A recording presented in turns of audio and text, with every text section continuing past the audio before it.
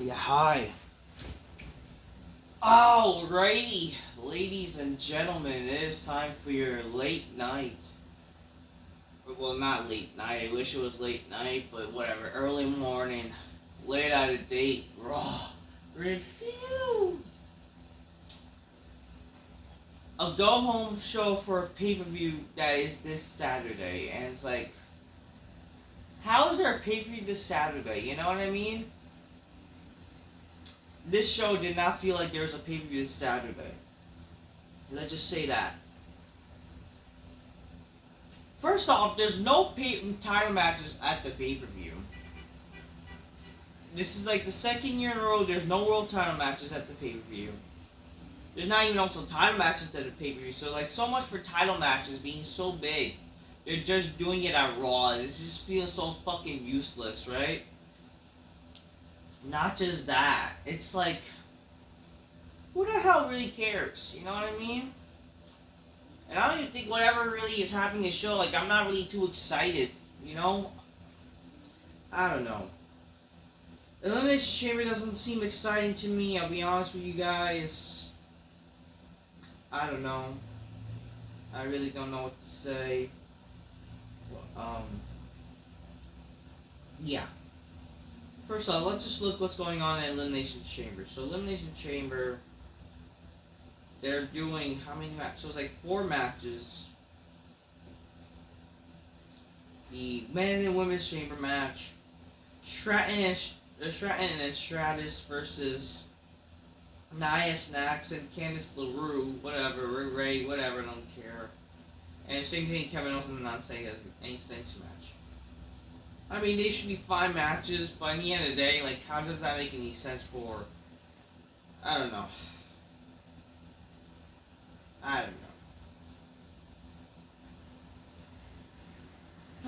Anyways, we're gonna talk about the show. Grab your Coca-Cola, drink your magnificent slowly, okay? Okay, so the show started with Logan Paul.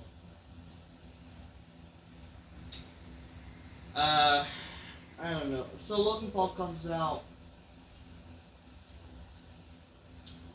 says, you know, he's in the house. I respect that. As you know, I'm from Ohio. Enough with the booze. I'm just like y'all, except way better. I guess they're in Ohio. I don't fucking know. No, do I? Oh, yeah, they're in Ohio. Okay. Hey, I'll be honest with you. I got a story. So I was coming here for on my birthday today. We're sending right, and I look out a window and see a dreary, depressing Cincinnati, which you guys are a product of. I said to my pilot buddy, "Let's touch and go. Pull a U-turn. I want to go home." But then I said, "I'm right to stop, pilot. I'll go to Cincinnati. Cincinnati. I can't say Cincinnati, right? Because I'm tired. Which you guys are a product of." I said to my pilot, "Buddy, whatever, U-turn. I want to go home, but I said I'm right to stop. I'll go to Cincinnati and I'll perform in front of these peasants because I'm just that humble." Oh, see what happened here? Y'all don't respect talent. You guys waste talent. You guys, look what you did to Joe Burrow. I'll tell you what. The last time I was in the ring and went on Netflix, I defeated Ministry of Hall of Famer, and your boy punches ticket to the chamber.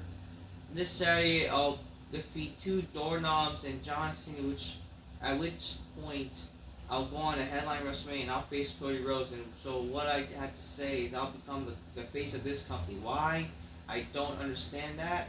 You guys got a problem with me? What's the problem with me? CM Punk? What's your problem? Are you jealous of me? Oh yeah, CM Punk shows up. The things you say online, I hear what all about, and I think you're jealous of me. And do you know why? Look at me. I succeed at everything, and I do outside of the ring. You and your career in a series of failing upwards. Congratulations. Isn't that like why you don't like me? It would have been nice to mention like the UFC stuff. Like that would actually make some sense for this story. Whatever. CM Punk says, "Okay, there's a little say a bit of that. Regarding me to that a little bit. I don't have a problem with you, believe it or not. I don't know well enough to know personally. Oh, okay, this is business. This is about the Elimination Chamber, okay? What I see of you, honestly, a dime a dozen. A loudmouth kid says an incredibly stupid and ignorant things for reaction, for the shock of it. And what makes you think that you're generational talent? No character, no substance. Guess what, pal? These things, they deserve better. Logan then says, look at this guy. Oh, high and mighty. These people deserve it. What are you talking about? This is business. I tell you what bad business is of people. How about you, CM Punk? When you came back, it was one of the greatest returns in history, and we all saw what happened. You packed under pressure. You tore your little bicep. You remember that. You're going to handle the spotlight, CM Punk. And that's why I'm here, because here's the reality, dude. You're familiar with these people. They already know, but, bro, it's Stone Cold. John Cena, it's CM Punk. It's inevitable. The fact is, the name changes. But now I'm a full-timer. The only matter of time before is they're chanting my reign, Logan Paul, and I said Logan Paul. CM Punk then says, should we give this amount of time you want? They want to start chanting my name, no? There's a lot of things that you said was wrong, but you said you're right about it. Names do change, right? Those names you mentioned, myself, we are legends, we are history makers. Time and time again, under the pressure of cracked under. I make history. You never make history. You barely a flash in the pan. And guess what? You're not going to make it long enough for them to figure out who you are and what remember you are. The Elimination Chamber Saturday, Toronto. I will eliminate you. Maybe call it a little receipt of you dumping me out of the Royal Rumble. I will go to WrestleMania. I will face Cody Rhodes, and I will leave Las Vegas the World Champion. I will make history, and you will be history. Nobody will think of you because of that sign. Las Vegas is all for me, and I don't really care if Cody Rhodes thinks he has to sell his soul to beat me. He already knows that what you're going to find out firsthand Saturday, because I'm Satan himself. In this business, you are nobody.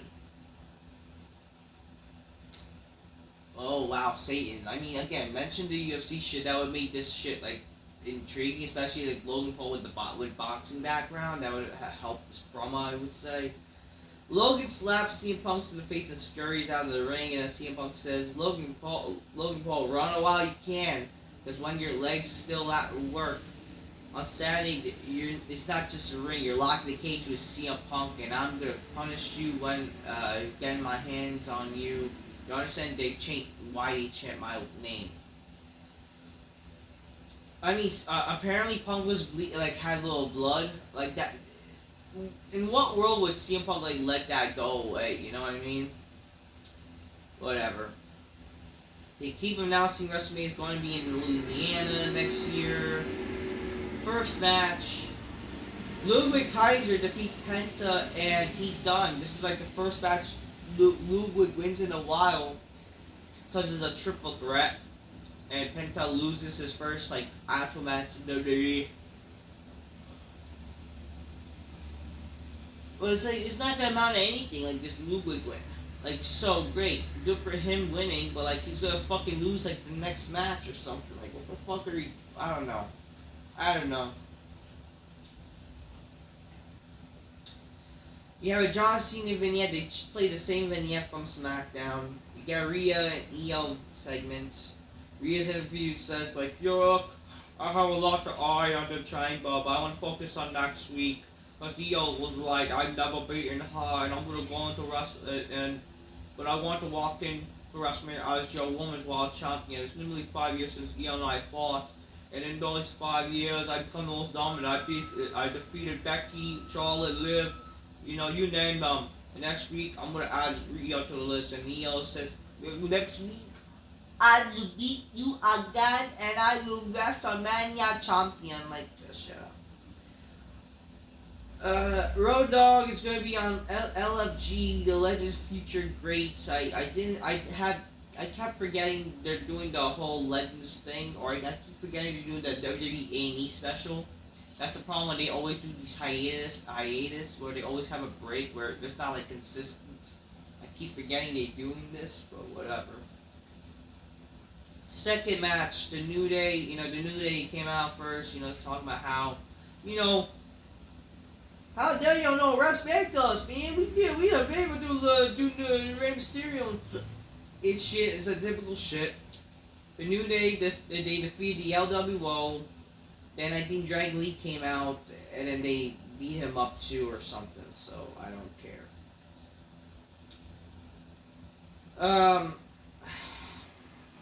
We have the Judgment Day. There's dissension between Finn Balor and the Judgment Day again. You know, they mentioned how Finn lost and how it's embarrassing, and then whatever, and then like Finn mentions how there's more trouble to the Judgment Day because he thinks that it's Liv and Raquel, what they did to Jade Cargill, and that you should focus on your own business or whatever. We get Gunter promo. Gunter's here. He's here to fight tonight. Why not the pay-per-view? Whatever. He's here to fight tonight to prove that to show himself what he's gonna do at WrestleMania. He said he was angry, but then he realized that he's embarrassed to be in a match with a clown, but for good, he'll take the WrestleMania spirit and he'll show off why he's the best and whatever. He says that his opponents are Akira Tozawa. He says that they're both similar. They have things in common, that they lived to make of their career in WWE, and they got in shape. And they will, and unlike Jey Uso, they want to prove that he's not making the wrong choices and prove himself, earn the respect. And then the third match, Akira goes to attack Gunter, but then Gunter overwhelms him and beats him devastatingly. Then we see Otis comes out or whatever, and then like he gets beat up too, and then Jey Uso comes out and Gunter runs away. Why is Gunter running away and being scared of Jey Uso when he's supposedly not scared of him? What are we doing here? Whatever. I don't care. I'm tired. This is all dumb. Logan Paul interrupts Captain Kelly's interview with Styles. Logan thought that Styles was going to retire, got injured, but it sucks for AJ to come back and eliminate by Paul at the Rumble. Styles agrees with Paul, and then AJ bets that that Logan can't do that again, and is glad that he has given up, and he probably shouldn't. And Logan tells AJ he'll see him around, and I don't care, whatever. There's no clear stance on what they're going to do at WrestleMania, seriously. Oh yeah, it looks like they're going to try to maybe do Punk versus Paul at WrestleMania now, instead of Punk and Cody or whatever that favor, unless they're going to do like something with like Night 2 or whatever, with that little favor from Heyman. Whatever, I mean, this is just promote the chamber match, but most likely that's what they might do at WrestleMania, which, whatever. Fourth match, Lyra Valkyria defeats Dakota Kai after the match. What's her name? Ivy Nile attacks both of them, whatever. Bayley has an interaction with Roxanne Perez, and they're like arguing with each other, like, living up in the past and how they're gonna settle their issues at the chamber, whatever. We get a Bianca and Naomi vignette. We have a sit-down interview with Sami Zayn. Sami Zayn says, like, me and Kevin have been through a lot. We've been through each other's lives and whatever, but this is going to be different. You know how it's different? Because I'm capable right now of doing what I've not done before. This isn't just going to be a regular match. It's unsanctioned. I know a lot of people are excited, but this is not going to be something that for the pretty. Like, this is going to be insane. Everything that we've done to each other over the years will be worse than ever. And I hope you're ready, Kevin Owens, he says. Whatever. Fifth match, Braun Breaker defeated Dominic Mysterio by disqualification, and then after the match we see a face-off between Balor and Breaker, but yeah, Breaker was able to overwhelm the Judgment Day. We then get the recap of The Rock's conversation with Cody Rhodes. Then the Creed brothers start hyping up not Ivy to whatever, and then they get a massive brawl with the War Raiders, who really cares, and then Cody Rhodes is like, what are you gonna attack about? He says what we're supposed to talk about. What does it mean? Oh, it has one man's soul, he says. So this is him responding to what he thought about The Rock's soul taking, whatever. He knows that's rather abstract phrasing, but then growing up in this business, he read between the lines of the offer, the final bust the Rock made. It's certainly a good guy 101 to make sure I don't lie to you and I can't lie to you. He's talking about how, you know, I don't know, he's talking about his fucking life. He's talking about freaking AEW shit, which is like whatever. He talks about Luke Harper's son and his daughter. Like, it doesn't just affect me, it affects my wife, my child, my buddy Lil Brody and whatever, my Nightmare Manufacturing, all my students. I have 2 nephews breaking into this game. We share both the same name, Rhodes, and I have a mother that this is my job to take care of, and I have a memory of my father. He worked in the 60 independents and all that. Now the scratch and claw. The Rock is saying that I can't have it without fighting, scratching, clawing. Then Rollins comes out. Rollins like, yeah, this is the first time we've been each other in the ring. You're welcome to Monday Night Rollins, but I have to look in you in the eye. Because I'm going to congratulate for being champion for near a year. But I got to look at you and tell you, what the hell are you thinking?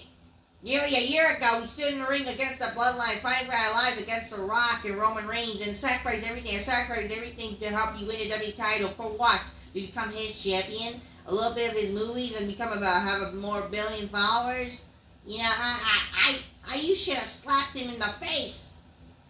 Whatever, Cody says, like, oh, I wish we had this conversation differently, but you shook your hand. You know, listen, I shook your hand before I had to go to surgery. How can I? And then you attacked me, you know, and you turned on the Shield. You have a bad track record of trusting you with souls because you gave your soul off to people.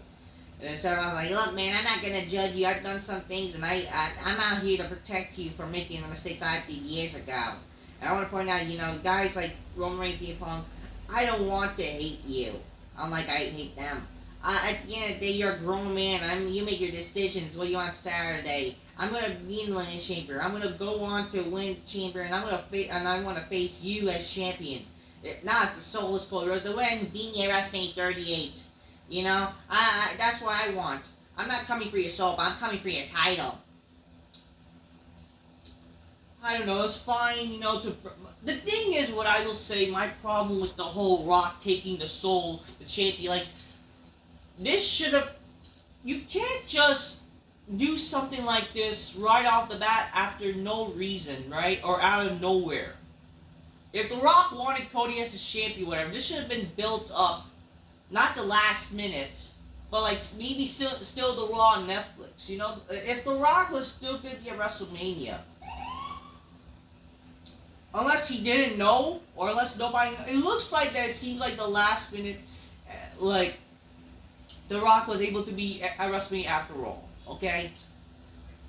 Again, the reason why Rock may not have been at like the Royal Rumble and all this kind of stuff, because again, he was busy with the Moana filmings, he had to do reshoots that may have fucked up the ideas where we were going to get Rock and Cody at WrestleMania.